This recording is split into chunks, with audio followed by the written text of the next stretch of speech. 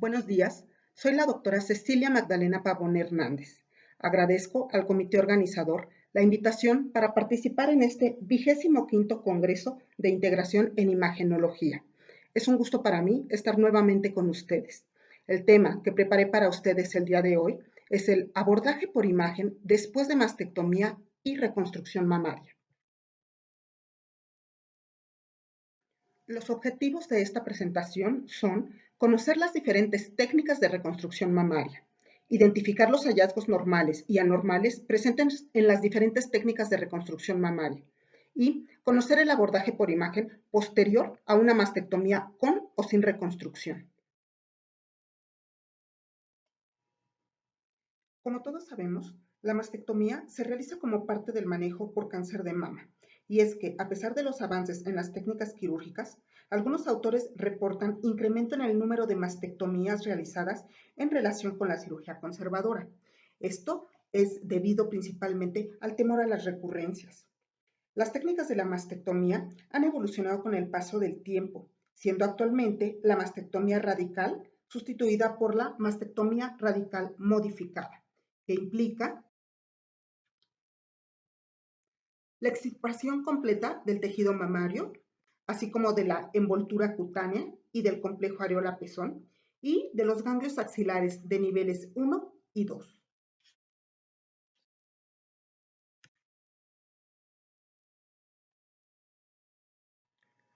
Las indicaciones para realizar una mastectomía son enfermedad multicéntrica, aquel tumor de grandes dimensiones en relación al tamaño de la mama, generalmente tumores mayores a 5 centímetros, la enfermedad que involucre la piel o bien la inhabilidad para tolerar la quimio o la radioterapia. Actualmente, la mastectomía profiláctica es una opción de tratamiento para aquellas pacientes de alto riesgo que tienen antecedentes personales de cáncer de mama o mutaciones en los genes BRCA. En realidad, no hay guías o lineamientos establecidos para obtener imágenes mastográficas del sitio mastectomizado. Y es que, en ausencia de reconstrucción, la piel, la escasa grasa subcutánea residual, algunos elementos de la pared torácica y así como algunas situaciones posteriores a la mastectomía, como serían la formación de seromas o hematomas y las adenopatías, son confiablemente valoradas por ultrasonido. Es en algunos casos específicos, como en la fibrosis inducida por radiación, los procesos de necrosis grasa y las recurrencias, en donde el ultrasonido puede no ser determinante y entonces la mastografía nos aportará su máximo beneficio. Aquí les muestro algunas imágenes de lo que ya les comentaba. Confiablemente, el ultrasonido nos permite valorar el sitio mastectomizado con su escaso tejido graso y piel residual, algunos elementos de la pared torácica, pudiendo identificar los arcos costales y presencia de adenopatías de cadena mamaria interna, cambios por necrosis grasa que son característicos, las adenopatías axilares y algunas complicaciones posoperatorias inmediatas como son la formación de hematomas.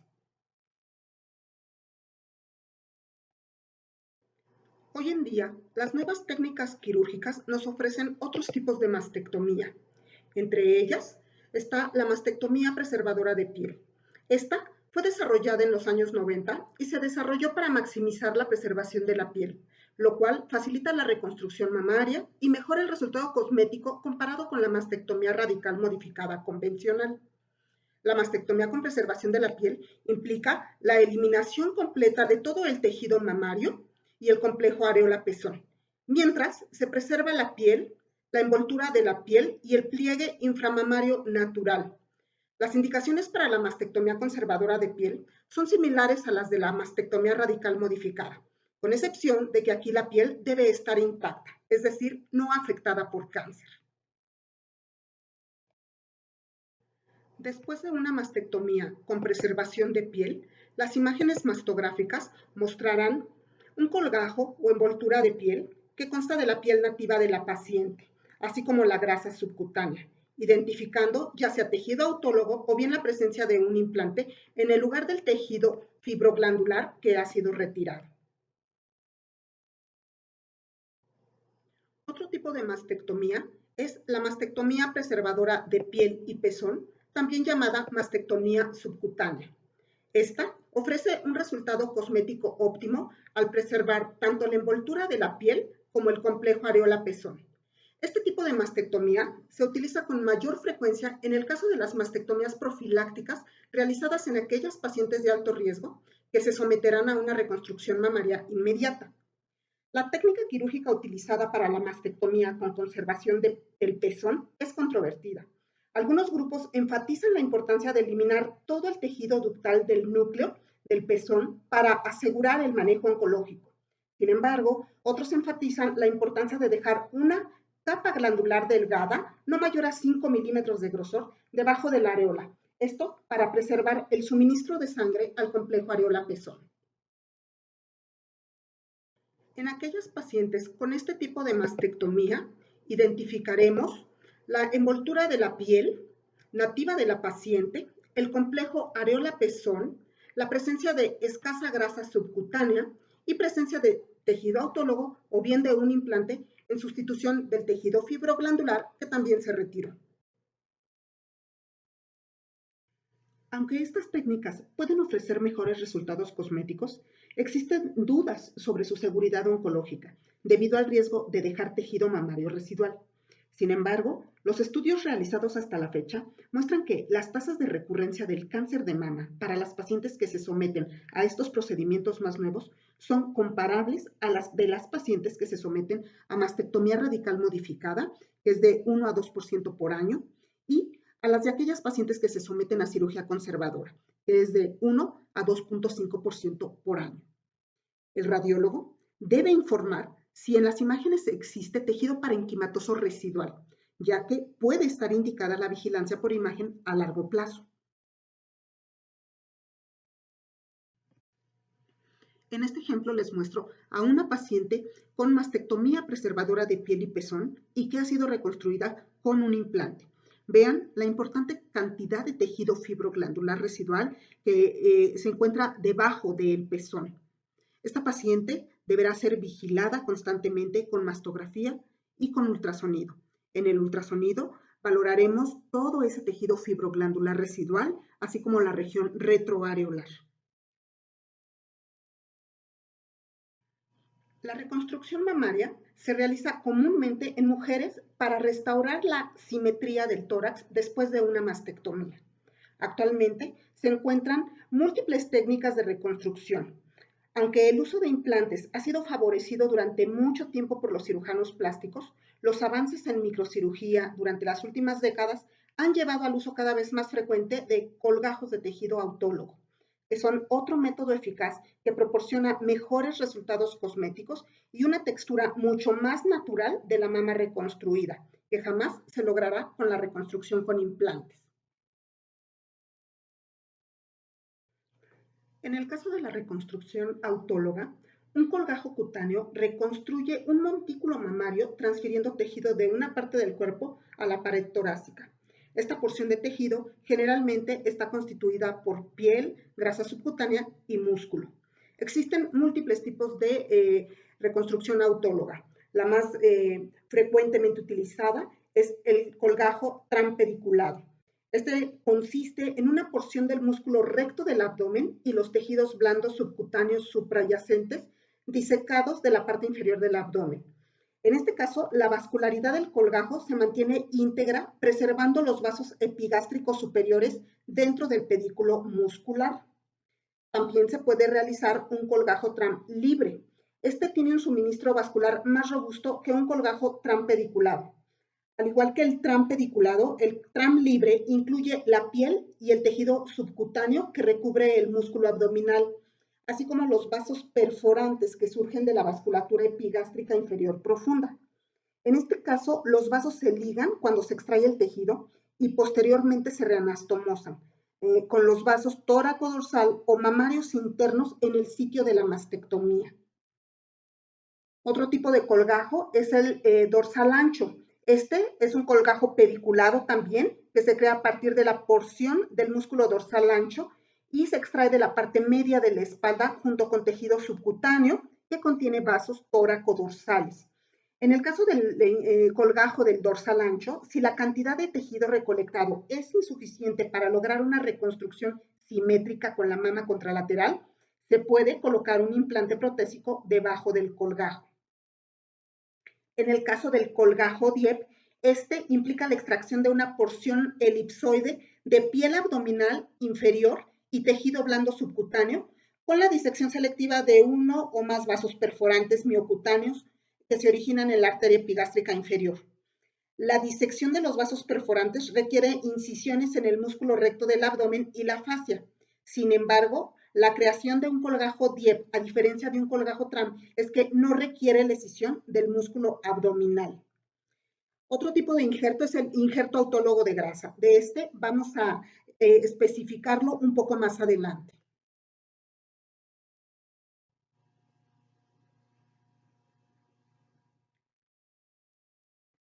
En el caso de la imagen posterior a la reconstrucción mamaria, ya que los colgajos están compuestos principalmente por tejido graso, las mamas reconstruidas mostrarán principalmente tejido graso. Esto lo podemos identificar en estudios tanto de mastografía como ultrasonidos, tomografía y resonancia magnética.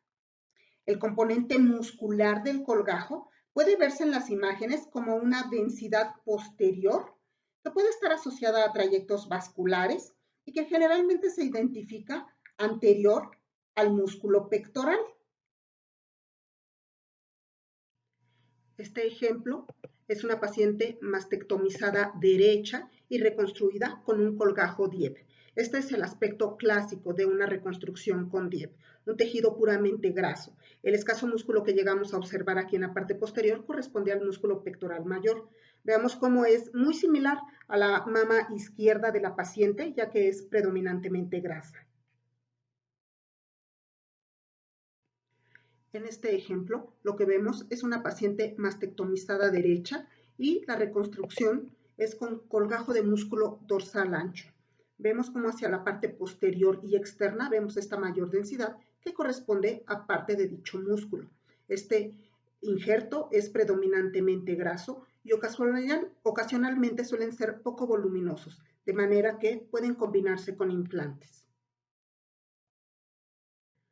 Respecto a las complicaciones posteriores a la reconstrucción autóloga, las más comunes son los seromas, que se dan con mayor frecuencia en colgajos de músculo dorsal ancho, los hematomas, las infecciones que se llegan a presentar de un 2 a un 4%, la necrosis cutánea y la necrosis grasa, que se presentan con mayor frecuencia en colgajos DIEP. El ultrasonido sigue siendo una herramienta de diagnóstico importante en el periodo postoperatorio inmediato a la reconstrucción de colgajos miocutáneos. En el caso de la necrosis grasa, estos procesos suelen localizarse en la periferia de los colgajos autólogos, como en las regiones paraesternal y superior de la pared torácica, donde el riego sanguíneo es deficiente.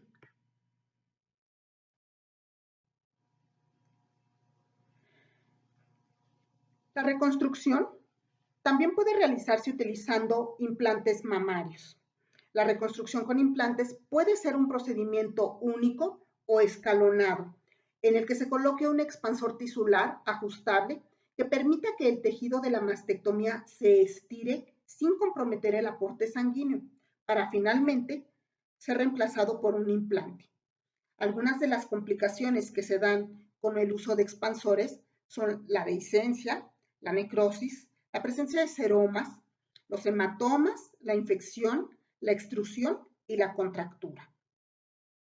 El injerto de grasa autóloga, también conocida como injerto de lipoaspiración autóloga o lipotransferencia autóloga, se utiliza ampliamente para la reconstrucción, así como para el aumento de las mamas.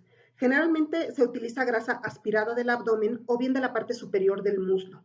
La lipotransferencia se utiliza en gran variedad de procedimientos como el relleno de sitios de tumorectomía o de efectos secundarios a biopsias escisionales, reconstrucciones del complejo areola-pezón, en aumentos primarios de volumen de las mamas o bien en conjunto con el uso de colgajos en pacientes mastectomizadas.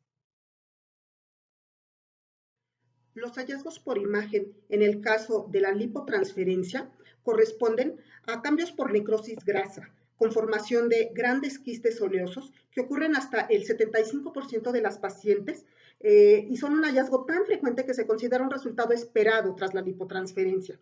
Inicialmente se pueden identificar como nódulos radiolúcidos y con el paso del tiempo se pueden ver calcificaciones periféricas. Las calcificaciones se llegan a ver hasta en un 13% de estas lesiones quísticas. Aunque el riesgo de cáncer de mama se reduce en más del 90% después de la mastectomía, este riesgo en realidad no se elimina, ya que suele quedar tejido fibroglandular residual. Se establece que la tasa de recurrencia llega a ser de 1 a 2% anual y la tasa de recurrencia global de 5 a 15%. El periodo de alto riesgo posterior a la mastectomía y a la reconstrucción son los primeros 5 años para desarrollar recurrencias locorregionales. Sin embargo, estas recurrencias también se pueden dar de los 5 a los 10 años posteriores a la mastectomía y reconstrucción. Hasta en un tercio de las pacientes, estas recurrencias se presentan como eventos aislados. Sin embargo, las 2/3 partes restantes se presentarán con enfermedad metastásica. Algunos de los factores asociados o predisponentes a la recurrencia son la edad temprana al momento del diagnóstico, la invasión linfovascular, el alto grado tumoral, los márgenes cercanos, el tamaño de la lesión, la multicentricidad y, por supuesto, el estado ganglionar. La mayoría de las recurrencias tienen localización superficial a la reconstrucción del colgajo autólogo y se manifiestan como masas palpables. Sin embargo, el lecho de mastectomía a lo largo del músculo pectoral mayor se encuentra profundo a la reconstrucción autóloga y entonces es menos susceptible de exploración física. En este caso, las pacientes pueden presentar dolor o malestar en lugar de masa palpable. Además, en esta localización, el propio tejido autólogo o el implante pueden ocultar las recurrencias.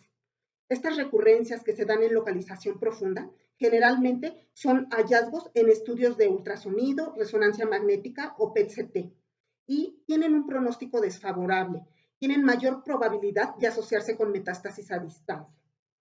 Hay que mencionar que también pueden darse recurrencias locales en la cara medial del colgajo, debido al drenaje linfático hacia la cadena mamaria interna. Y es que esta no se diseca ni durante la mastectomía ni durante la reconstrucción. Lansstein y colaboradores reportaron recurrencias locales en 39 de 1964 pacientes con mamas reconstruidas. Ellos reportaron que hasta el 72% de estas recurrencias locales tenían localización superficial, mientras que el 28% tenían localización profunda. De las localizaciones superficiales, estas mostraban una tasa de supervivencia a 8 años de 61%, un riesgo de metástasis de 57% y un periodo libre de enfermedad posterior a la enfermedad hasta en el 39%, mientras que aquellas recurrencias profundas tenían una tasa de supervivencia a 8 años de 45%. Su riesgo de metástasis era de 91% y mostraban periodo libre de enfermedad solamente en un 9%. El aspecto mastográfico del cáncer de mama recurrente suele ser similar al tumor primario y pueden incluir masas espiculadas, distorsiones, calcificaciones de sospecha o bien características asociadas, aunque también pueden mostrar características inespecíficas, imitando la apariencia de una necrosis grasa. Ecográficamente, también pueden mostrar características de sospecha, como forma irregular y márgenes no circunscritos. En el caso de la resonancia magnética, una recurrencia local de cáncer de mama aparece como una masa que suele presentarse hipointensa en T1, iso o hiperintensa en T2 y suelen mostrar realce temprano y lavado tardío. En este caso, veamos este nódulo espiculado en una paciente que acude a su control anual y que no estaba en el estudio del año previo. Vemos nódulo espiculado de alta densidad, de localización profunda y que ecográficamente corresponde con este nódulo irregular de márgenes angulados y espiculados y que se ve marcadamente hipoecóico. Otro ejemplo es también una recurrencia, paciente que acude a su control anual, paciente mastectomizada. En ella, en realidad se hizo el ultrasonido y la mastografía de la mama contralateral. Se hace la exploración ecográfica del sitio reconstruido y entonces ella nos refiere esta lesión palpable. se valora, vemos que es un nódulo irregular de ecogenicidad heterogénea y entonces la pasamos a la mastografía. Esto podría o no ser un cambio por necrosis grasa. Entonces la pasamos a tomarle proyecciones mastográficas y esto fue lo que encontramos, un nódulo espiculado de alta densidad. Otro ejemplo, también una paciente con mastectomía derecha, preservadora de piel y pezón y que está reconstruida con implante. Ella acude también a su control anual y entonces ella refiere esta masa palpable. Está en cuadrante inferior interno y entonces se busca intencionadamente en el ultrasonido y encontramos este nódulo irregular hipoecoico de márgenes microlobulados. Hablemos ahora del seguimiento.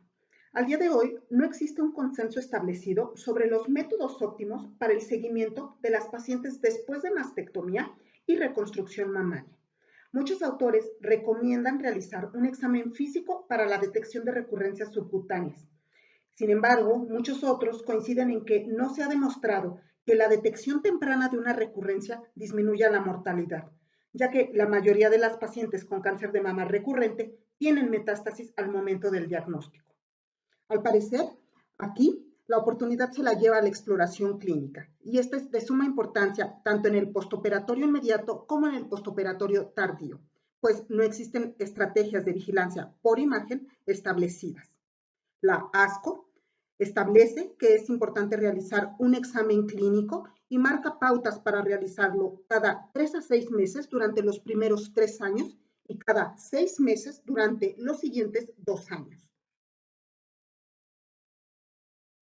De hecho, son muchas las organizaciones que se pronuncian en contra de realizar alguna modalidad de imagen de rutina en este tipo de pacientes, ya que señalan que no hay resultados o información que avalen el seguimiento de rutina por imagen en pacientes mastectomizadas o reconstruidas. El Colegio Americano de Radiología establece criterios apropiados de imagen después de mastectomía y reconstrucción mamaria. Pone a consideración las distintas modalidades de imagen en mama, el ultrasonido, la tomosíntesis, la mastografía, la resonancia magnética con y sin gadolinio, la imagen molecular de mama con tecnesio 99 sestamibi y el PEM con FDG. Estos criterios se dividen en 8 variantes, dependiendo de distintos escenarios. La variante número 1 corresponde a la paciente mujer en tamizaje con historia de cáncer y mastectomía sin reconstrucción. En esta primera variante se establece que no existe literatura que sustente el uso de estas modalidades de imagen en el cribado del sitio mastectomizado no reconstruido. En el caso del ultrasonido, existen algunos pocos estudios retrospectivos que han encontrado utilidad en el cribado con ultrasonido en este escenario. Por lo tanto, el uso de estas modalidades de imagen es usualmente no apropiado. Variante número 2. Paciente mujer en tamizaje con historia de cáncer de mama y mastectomía con reconstrucción autóloga, ya sea con o sin implante. En este escenario, los resultados son limitados, pero algunos estudios retrospectivos sugieren un beneficio de la mastografía para la detección de cáncer en el lado de la reconstrucción en mujeres con reconstrucción autóloga.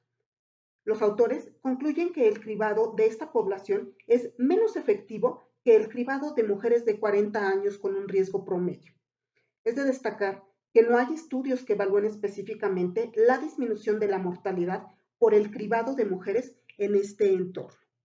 Entonces, el uso de tomosíntesis y mastografía pueden ser apropiados. El resto de las modalidades de imagen son usualmente no apropiadas. Variante número 3.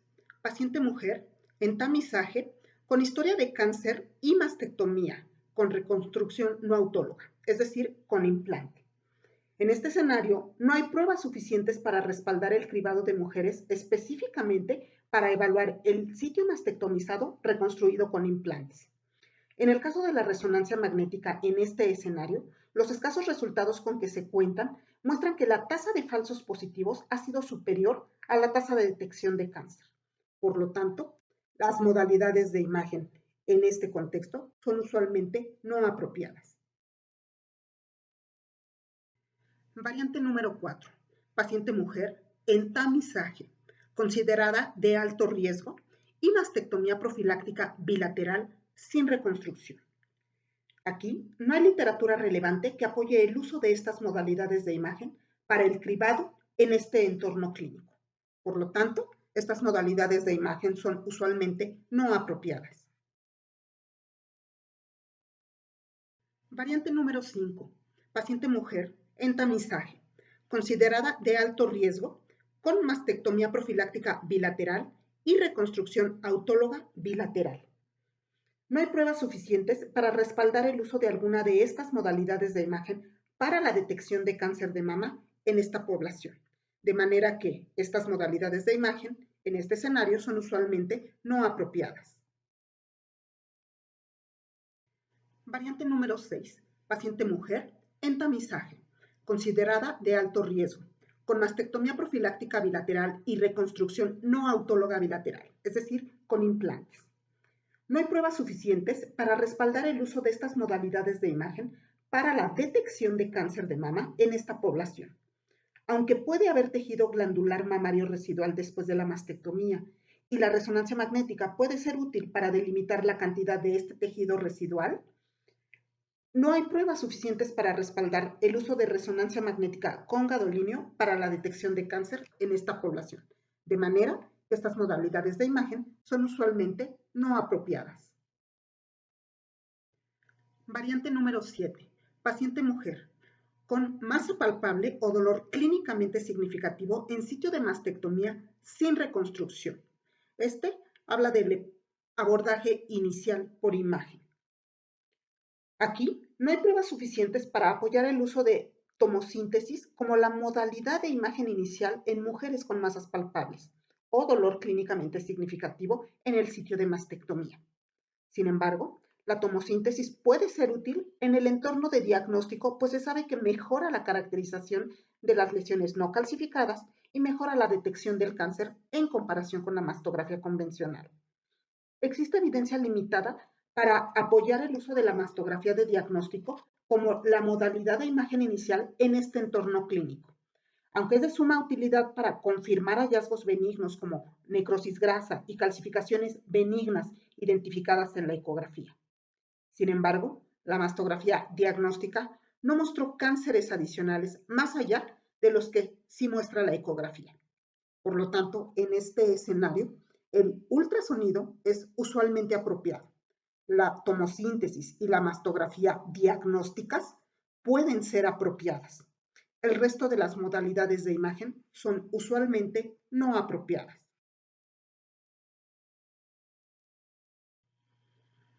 Aquí les muestro un ejemplo de esta variante. Paciente mastectomizada sin reconstrucción. Acude por presentar una masa palpable en el sitio de mastectomía. Encontramos un nódulo irregular de márgenes no circunscritos. Colocamos marcador radiopaco y obtuvimos una proyección mastográfica. Sin embargo, no encontramos traducción mastográfica significativa. Y entonces decidimos llevarla a biopsia. El resultado es tejidos blandos con fibrosis y áreas de hemorragia reciente y músculo estriado atrófico sin evidencia de células neoplásicas. Aquí solo vale la pena agregar que la fibrosis es generalmente una secuela del manejo con radioterapia. Variante número 8. Paciente mujer con masa palpable o dolor clínicamente significativo en sitio de mastectomía con reconstrucción autóloga o no autóloga.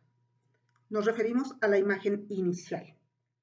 Existe evidencia limitada para apoyar el uso de la mastografía de diagnóstico como la modalidad de imagen inicial en este entorno clínico. La mastografía puede ser útil para identificar una etiología postquirúrgica benigna de un problema palpable, como necrosis grasa o quiste oleoso. En este caso, el ultrasonido es usualmente apropiado. La tomosíntesis y la mastografía diagnósticas pueden ser apropiadas. El resto de las modalidades de imagen son usualmente no apropiadas.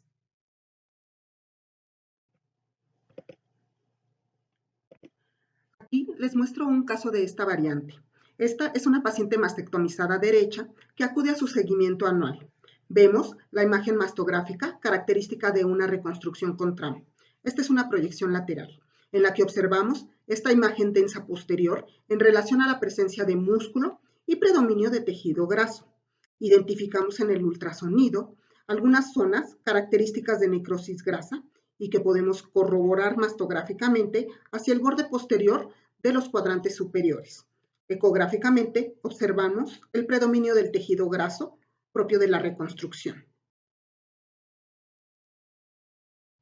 En 2018, la paciente se presenta e identificamos todos estos nódulos en la reconstrucción derecha y uno más hacia la cola de mama izquierda.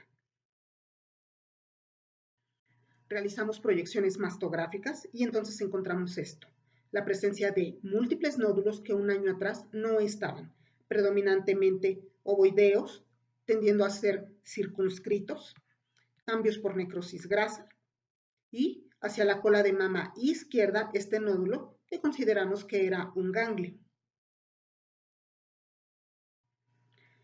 Se realizó biopsia con aguja de corte de uno de los nódulos en el sitio de reconstrucción derecha y fue un carcinoma ductal infiltrante, así como del supuesto ganglio hacia la cola de mama izquierda, nódulo en radio 1, que también fue un carcinoma ductal infiltrante. Las imágenes del PET-CT muestran que esta paciente tiene al momento de la recurrencia actividad en hígado, hueso y pulmón.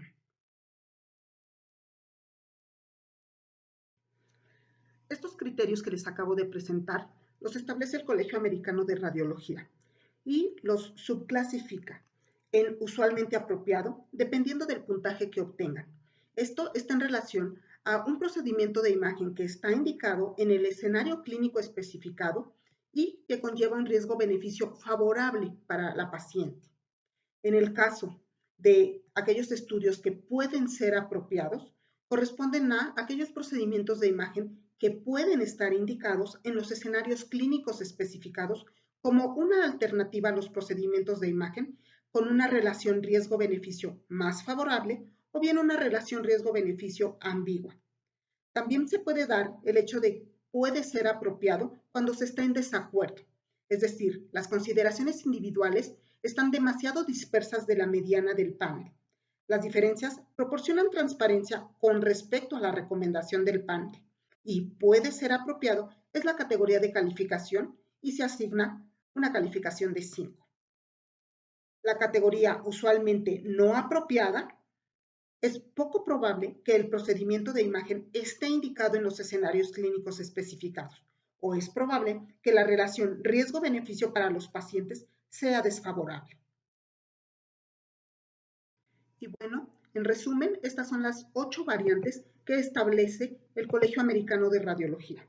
Las primeras 6 variantes están en el contexto de tamizaje, mientras que las variantes 7 y 8 ya están en un escenario diagnóstico. Dentro de las 6 primeras variantes, las 3 primeras corresponden a aquella paciente con historia de cáncer de mama y las variantes 4, 5 y 6 corresponden a pacientes de alto riesgo.